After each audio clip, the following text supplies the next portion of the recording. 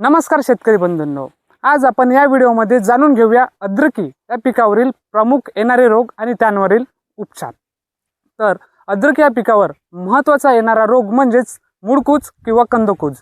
या रोगाच्या निवारण करण्यासाठी जेव्हा आपण अद्रकी लावतो तेव्हा बेसल डोजलाच कुजलेले शेणखत टाकावे आणि तसेच त्यासोबत झायटोनिक यम म्हणजेच मायक्रोरायझल बेस बायो फर्टिलायझर व वर्टिसिलियम किंवा मेटारायझियम ही जैविक बुरशी टाकायचीच।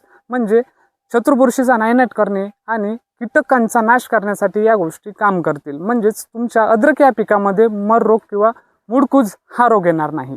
तसेच दुसरा प्रमुख रोग म्हणजेच करपा। करपा हा रोग निवारण करण्यासाठी एक चांगल्या प्रकारचे स्पर्शजन्य अधिक अंतर्प्रवाही असे बुरशीनाशक वापरायचे। म्हणजेच टेबुकोनाझोल अधिक ॲझोक्सिस्ट्रोबिन घटक असलेले बुरशीनाशक, त्याचसोबत स्ट्रेप्टोमायसिन किंवा व्हॅलिडामायसिन हे एक बॅक्टेरियोसाइड वापरायचे। त्यामुळे आपण करपा रोगाचे निवारण करू शकतो व अद्रकी हे पीक खूप चांगल्या प्रकारे घेऊन उत्पादनात वाढ घेऊ शकतो। अधिक माहितीसाठी दिलेल्या क्रमांकावरती संपर्क करा। धन्यवाद।